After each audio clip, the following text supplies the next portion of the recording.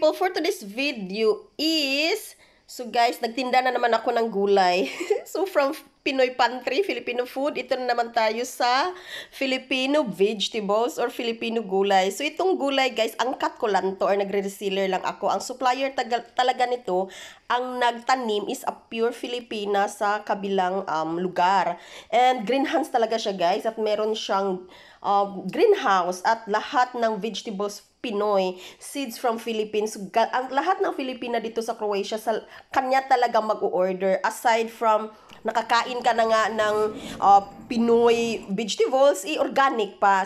And lahat ng Filipina sa kanya talaga nag-order guys, ang nagre-reseller. So nagre-reseller na rin ako. At saka, grabe siya guys, super ano talaga ako siya, superwoman, super proud ako sa kanya. So, green palm talaga siya guys. So mabuhayan siya kahit na anong mga gulay. Samantalang ako, buti na lang, for 8 years nabuhayan na ako last year ng okra at saka ampalaya. Pero hindi pa rin sapat guys, for my consume lang yun, sa akin lang yun.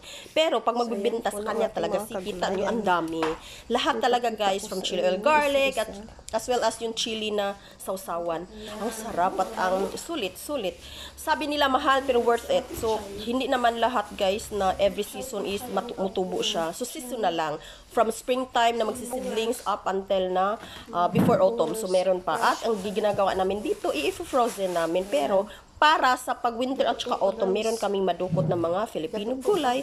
So, here's the video guys. Enjoy!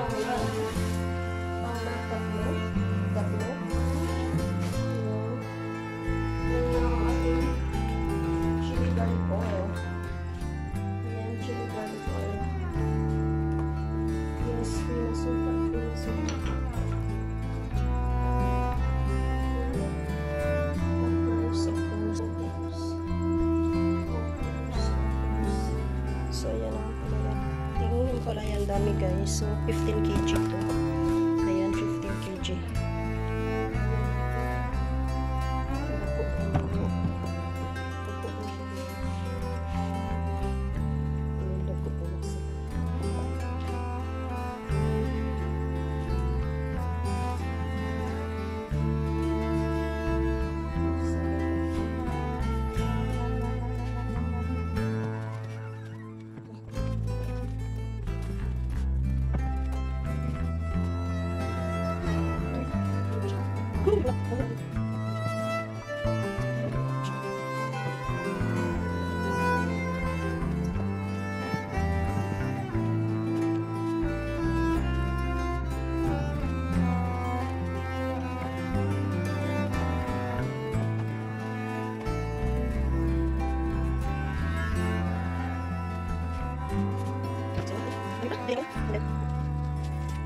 And here's the 15 kg of ampalaya, guys. They're so fresh and green. And upo, kangkong, Chinese kangkong, or Chinese spinach, and chili oil garlic sauce, okra, ladyfinger, pichay, kangkong, and tanglad. So, ayan guys, nakita nyo. Sobrang saya ko. Nakakita ng mga Pinoy gulay. Rare, very rare. Kung walang Pilipina na magtanim mo, hindi kami makakain. So, worth it ang pagod. At saka ang makakain, yung string beans sitaw. So, ang ganda, ang saya namin mga Pilipino. So, once a year, makakain kami nito during summer lang. Pero, kung mag-wholesale ka, bibili ka, so, ipo-frozen mo, ikakat mo siya para ready na siya ready ka na to cook kung ano mang gustong putahe. So, ayan lang guys. I hope you like the video. If you like the video, please give me a like, share, comments, and subscribe. The Porena in Croatia. So up until next video. And don't forget to press the bell button for the new update of the Porena in Croatia. So guys, salamat, maraming salamat. Thank you very much from the bottom of my heart. This has been Mel from the Porena in Croatia. Papa, vidimo se. Blessings to you all.